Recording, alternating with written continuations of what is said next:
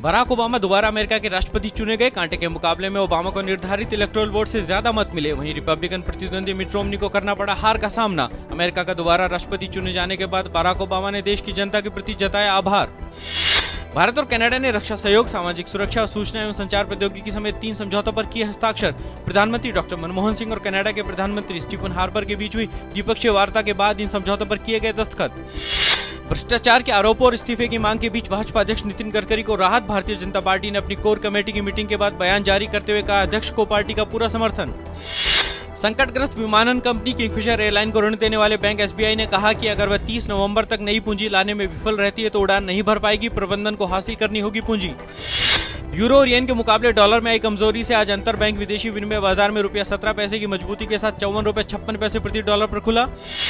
Bombay share बाजार का Sensex शुरुआती कारोबार में 24 अंक के नुकसान के साथ खुला। सेंसेक्स शुरुआती कारोबार में 24 अंक के नुकसान के साथ 18,793 पर खुला। इसी तरह नेशनल स्टॉक एक्सचेंज का निफ्टी भी 10 अंक के नुकसान के साथ 5,714 पर खुला।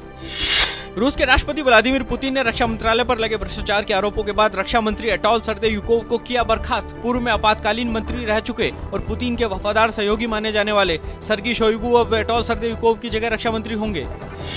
इराक की राजधानी बगदाद के उत्तर में एक आत्मघाती हमलावर ने विस्फोटकों से भरी कार में एक सैन्य शिविर के निकट धमाका कर दिया, जिसमें 30 लोगों की मौत हो गई और 40 से अधिक लोग घायल हो गए। मारे गए लोगों में 19 सैनिक भी शामिल। मरने वालों की संख्या में हो सकता है इजाफा, क्योंकि कई घायलों की स्थिति है काफी गंभीर। सीरिया में संयुक्त राष्ट्र और अरब लीग के राजदूत लख्त इब्राहिमी ने आशंका व्यक्त की है कि यदि सीरिया संकट समाप्त नहीं होता है तो एक नया सोमालिया बन जाएगा। इस बीच ब्रिटिश प्रधानमंत्री डेविड कैमरून ने कहा कि वे सीरिया में रक्तपात की समाप्ति के लिए राष्ट्रपति बशर अल असद को देश से बाहर ले जाने के लिए सुरक्षित रास्ता दिए जाने का करेंगे समर्थन। Master blaster Sachin Tendulkar Australia के सर्वोच्च नागरिक पुरस्कार से सम्मानित। ऑस्ट्रेलिया के मंत्री साइमन क्रियान ने मुंबई में दिया सम्मान। भारत के लिएंडर पेस और उनके चेक गणराज्य के जोड़ीदार राडेक स्पटनिक ने वर्ल्ड टूर फाइनल्स के ग्रुप ए की जीत के साथ की शुरुआत। तीसरी वरीयता प्राप्त पेस स्टपनिक की जोड़ी का पहले मैच में सामना पेरिस मास्टर्स के फाइनल में पहुंची जोड़ी और 7वीं वरीयता प्राप्त पाकिस्तान के एहसाम उल हक कुरैशी तथा हॉलैंड के जीन जूलियन रोजर के साथ था।